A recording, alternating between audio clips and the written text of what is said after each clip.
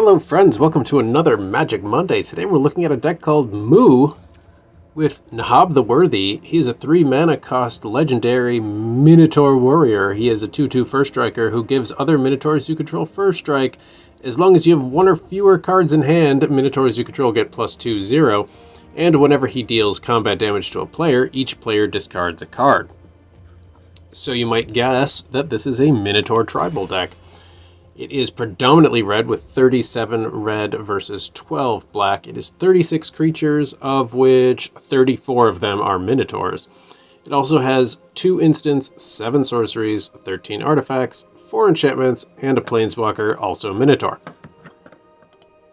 Oh, and the average mana cost is 3.6, but it's actually it's very rarely a problem. We have a little bit of removal with cards like Epic Downfall, but mostly it's just Minotaurs. And Minotaurs. Minotaurs. Minotaurs. Minotaurs. Scorching Dragonfire and Lava Coil are some removal. We got our mana rocks like Arcane Signet, Mind Stone. Pillar of Origins lets us add a mana of any color for a creature type, which obviously is going to be Minotaur. Thematic Compass will help us search for lands, but mostly it's actually to get it transformed into the spires, just in case we've got something really obnoxious on the other side of the field. And Pyre of Heroes lets us sacrifice a creature to find a higher mana cost creature. Very basic. Metallic Mimic, you choose Minotaur, and they all come in with the 1/1 counters on them too. So we got Dust Speakers, we got Crashers, we got Invaders. This guy's nice. Whenever you discard a card, he deals 1 damage to each opponent. And you can also use him to discard a card and draw a card if he's attacking, so like a boost ability.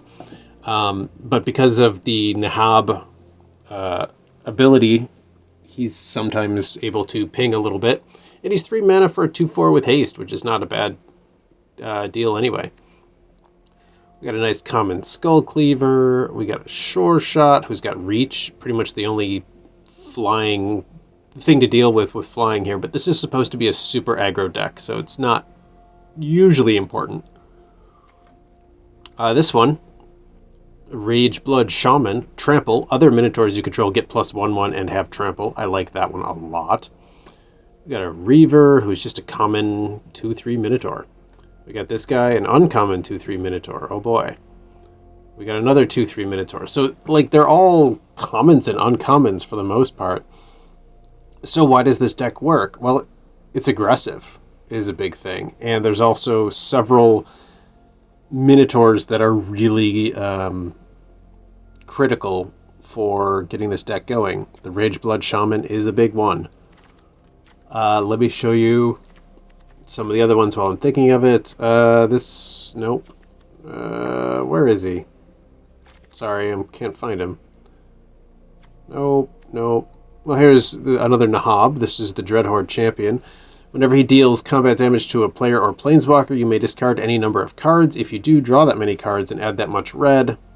So you can just, if you have a bunch of lands out and you have lands in hand, you can just discard them, get some mana, get some other stuff. Just a good little cycle card. But also he ties in with, every time you discard a card, 1 damage to an opponent from this Buccaneer. Anyway, we'll find the other ones when we get to them, I guess. Mana Rock, Faceless Agent also counts as a Minotaur and will seek us another one. Hazoret's Monument reduces the red creature spell cost and lets us discard a card and draw a card, which is nice. Herald's Horn, we can make our Minotaurs cost less. This is an old deck that I've done very little updating to, but it's still super fun to play. I would probably put Phial of Galadriel in here instead of Mana Geode. I just never bothered to change it because it doesn't really matter. Sword of Body and Mind, because there are a lot of green and blue decks out there, and it's good to give some protection. Crippling Fear, choose Minotaur. Everything else gets -3/3 until end of turn. That's nice. Leyline of the Void, just to be a jerk. This is a totally common Minotaur. It's 4 for a 4/3 with no abilities at all. But he's here because he helps win games. Whenever you cycle or discard a card, this guy gains indestructible until end of turn. That's kind of neat. Removal with Vraska's Contempt. This 3/4 that has Enlist and Trample. this 4/2, which deals damage to each opponent equal to your devotion to red when he comes into the battlefield. It's nice for a little bit of ping damage. Iron Crag Feats adds 7 red mana. I only cast 1 more spell this turn, which is good because there are a couple of things in here that cost about 7 mana, and sometimes it's nice to get them out early for the cost of 4. This guy, whatever, doesn't really matter. This one deals X damage to target creature an opponent controls, where X is the number of instant and sorcery cards in your graveyard. Usually it's good for pinging for 1 or 2 damage, and that's it. But it's good to remove some annoyance.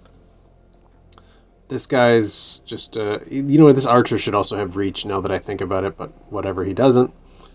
This Javelineer can put -1/1 counters on target creatures, and then they can't block this turn, which is really nice because it's 2 and discard a card.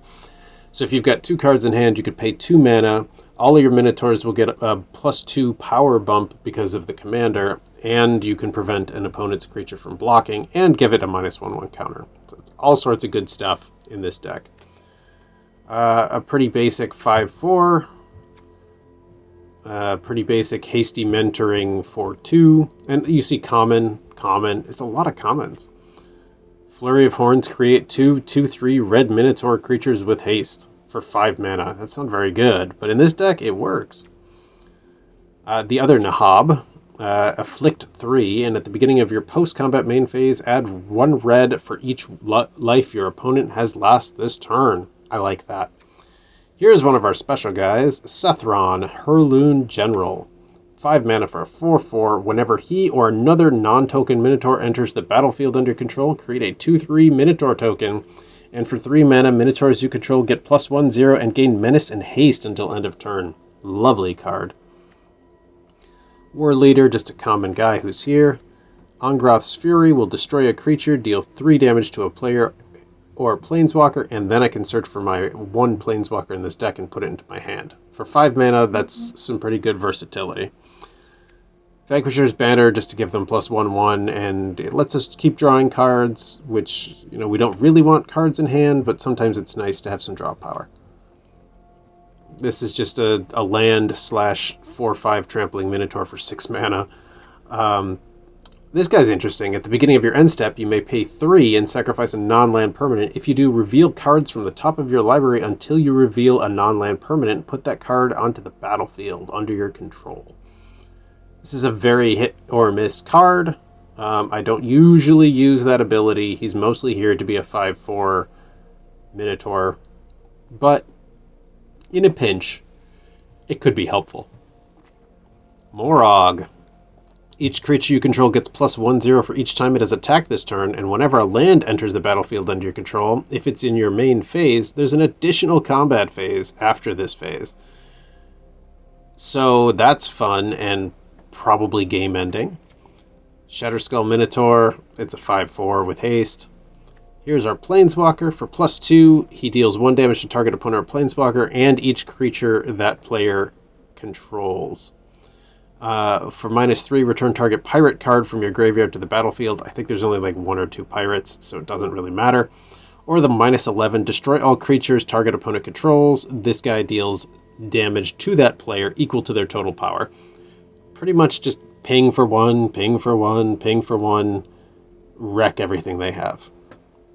And finally, Deathbellow Warcry. Search your library for up to 4 Minotaur creatures with different names, put them onto the battlefield, and shuffle. It's 8 mana, which is why we have the Iron Crag Feat in here. So for 5 mana, we can cast this instead of for 8 if we get them both in hand. And what do we pick? Well, we pick Morog. We pick Sethron. We probably pick Nehab. And way back here, we probably pick the Rageblood Shaman. And at that point, unless they board wipe, it's pretty much game over. Because Sethron is also going to make 4 2/3 Minotaur tokens.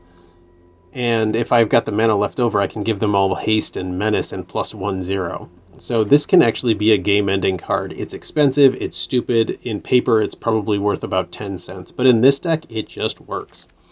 We got a bunch of lands. Blood Crypt is in here just because it's cool art. Blightstep Pathway, Dragonskull Summit, blah, blah, blah. Doesn't really matter. And this is fun because we could, hypothetically, make Nehab a god. It's usually not worth it, but it is an option. We can do it if we need to. So anyway, that's the deck. I hope you guys enjoyed this video. If you do, give it a thumbs up, consider subscribing to the channel, and as always, please be kind to yourselves and each other. I say it all the time because I mean it all the time. Let's get to some games, and as I said, thanks for watching. I think I said that. I don't know. Thanks for watching. I'll say it again. We'll see you again real soon. Let's get to some games. Blah, blah. Let's get to some games.